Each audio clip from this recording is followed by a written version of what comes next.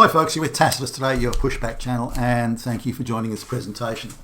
In this essay, I'd like to talk about how many young women, say under the age of, mid-20s, who when they talk about dating or thinking about a longer term relationship or even marriage for that matter, they seem to talk about, or all, if you look at TikTok at least, they all seem to want, well, I just want a guy who makes a shitload of money, who happens to be seriously hot looking and wants to do nothing but spend all his money on me and give me hot sex and so on. So, these are unrealistic expectations, you might say. And if a guy was talking about this, he'd be written off as a misogynist and a far-right fascist, da-da-da. But if a woman does it, it's, hey, she's only a chick, But the reality is so far away from the fantasy that you have to wonder how they even got to this point and position of fantasy.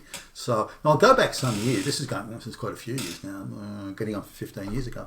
I was part of a chamber of commerce, and the local high school that was nearby invited somebody from the Chamber of Commerce to come over and give like a careers talk, what sort of job, what's it like to go out into the wide world, into the workforce, this sort of thing.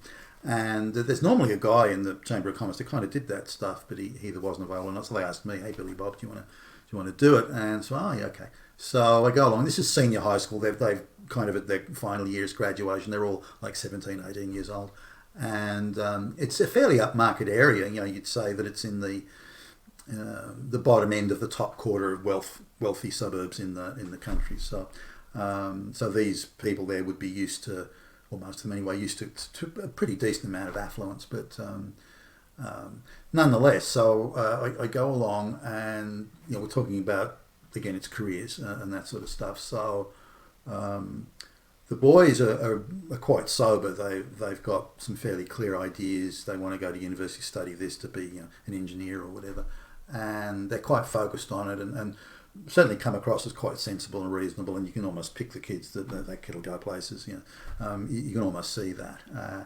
The girls, it's quite different. They've already at this stage, their whole life has been a feminized education system. They've been already quotas and affirmative action. Girls are given free passes. They're being, all the things are already in place and have been since these girls would have been, since they started the education system.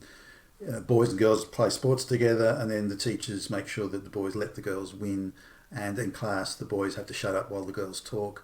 There's no doubt about who are the morally superior people in the class. It's not the boys. It's not the straight white boys. It's the girls, or any minority. Now this was pretty much, I don't think there was any brown. There was no black people, and I'm just trying to think. I don't recall any brown people. So it's all white people in the class. So race wasn't an issue, at least not in the class. The teacher's sitting there. The teacher, by the way, I got the impression she was hitting on me, but I looked past that and did what I came to do and sort of got out of the place as quickly as I could. But the thing was about the girls were, what do you want to do for a career? Well, I want to marry a really rich guy who's got, he just spends all his money on me, and he's really hot, and he's a Hollywood movie star, and he's da-da-da-da.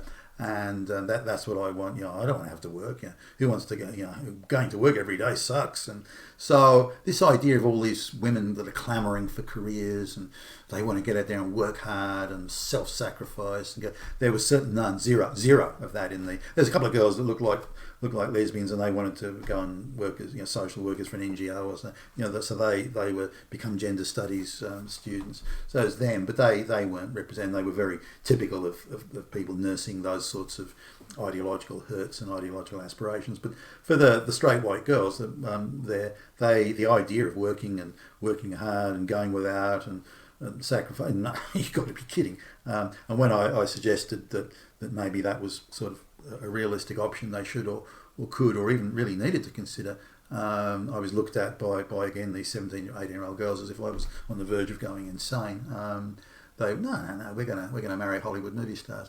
Now, there was a couple of them, a few of them were pretty hot, but the idea that the majority of them would get close to a Hollywood movie star. They've even heard the term like trophy wife and things like that, but they seemed to think they were far better looking and hotter than they really were.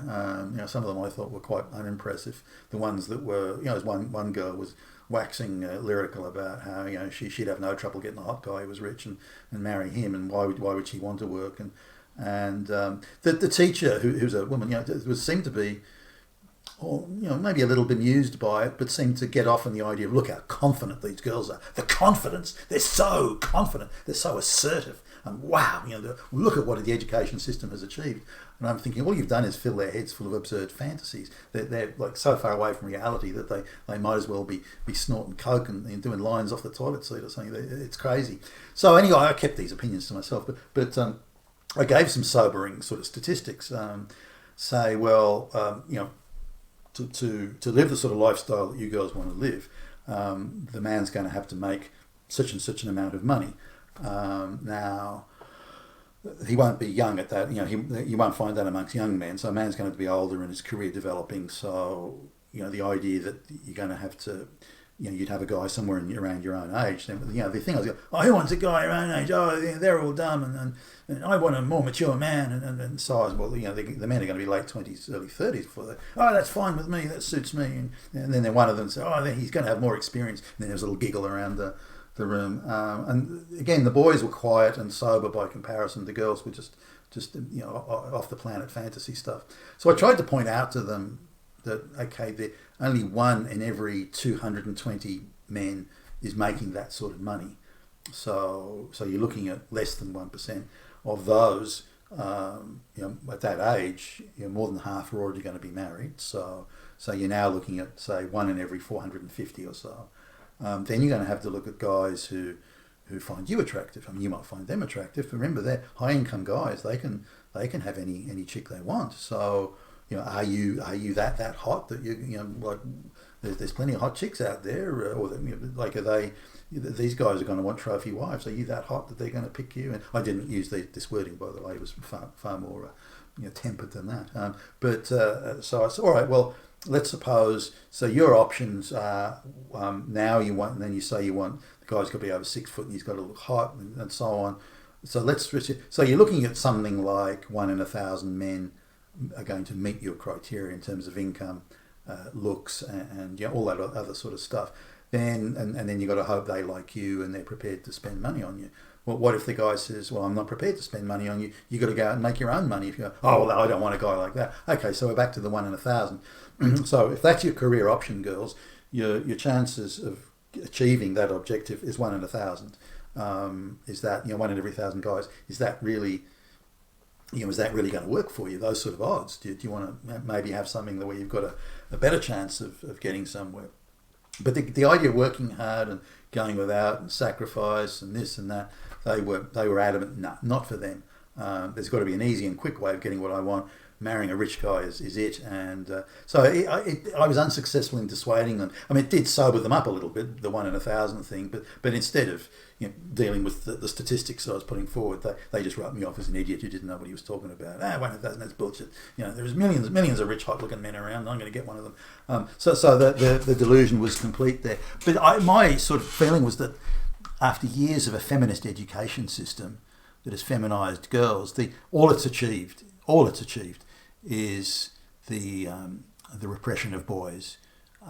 That's all they've done. The repression of boys, but it's delivered nothing of real value to girls. And if it wasn't for affirmative action, gifting these delusional girls jobs, they'd be they wouldn't have any of these executive roles and all these things they're being gifted into because of quotas and affirmative action. And there'd be a lot of, and there will be anyway, a lot of very disappointed girls that realise that the fantasy of all these hot-looking rich men. There's a lady that she was in her some years ago now. She's in her early 30s, got divorced, and I knew her reasonably well, quite liked her, and she actually came on to me this morning. But we were having a coffee one day in Sydney, and bumped into, hey, you got time? And I quite liked her. We had a good chat. And she got divorced, and she said, well, it's funny, while I was married, there were just so many hot guys everywhere. Now I'm divorced, I can't. There's no hot guys anywhere. It illustrates perception is a big part of the equation here. Another one I'll just add quickly is I've mentioned this previously actually in other videos, but there was this lady I knew who was she's pretty good looking actually, well proportioned, but she's like 6'3", and she's, when we're the same age, like I'm 6'2", but we're the same age, and And she was adamant, and she's always a sort of a touch of the aggressive about it, but she was adamant. I'm not going to date I won't go near any guy that isn't 6'5" or 6'6", because she wanted to wear heels. Her legs were actually quite good, but she wanted to wear heels. She thought they made her legs look better. But she was adamant. That's it. If he isn't 6'6", I'm not taking that. 6'6", I'm not going to. Now this is when she was younger, like late teens, early 20s, or something like that. Now we sort of drifted. We went in different directions. But then I bumped into her again a few years later, and she modified the view. Look, as long as he's close to my height. Remember, she's 6'3", so she's a tall girl. Now she as long as the guy's close to my height, that's okay. I'll date a guy as long as he's.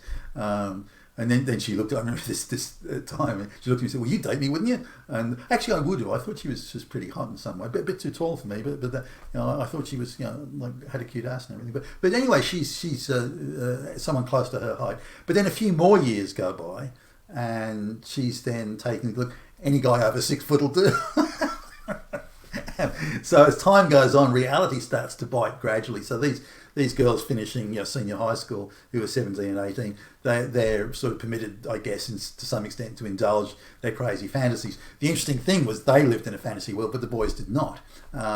So you can see that the boys have already have this sense of responsibility that the girls don't. So the feminist education has delivered nothing to these girls. It's given them no better education. It's not a higher quality education. It's all affirmative action bullshit. It hasn't encouraged them to be responsible or sensible or to be practical. None of these things. But it's given them this ridiculous artifice of self-confidence, which the teachers seem to think is a wonderful thing, but it's not. Because the confidence is only within the realms of fantasy. Now, I don't doubt as the years go by, like the 6'3" girl, I don't doubt as the years go by that their views will modify into what's practical reality. But this also, because their existence within a fantasy world is so intense, when they realise that the fantasy has been a fantasy and they've been living it and acting upon it, a certain bitterness and anger creeps in over the coming years as reality bites, and they suddenly understand that the entire structure or platform of their whole existence and belief system was all bullshit, and it was all existed in crazy fantasy. And the last time I saw this 6'3" chick, she was willing to take any guy who's prepared to love her and appreciate her, be he over 6 foot or not. And this was a crushing reality for her to deal with. And I see, last time I saw her again, I saw great sadness in her eyes as she has come to grips with the reality and has had to ditch the fantasy. You've been with Tacitus today, your Pushback channel, and thank you for listening.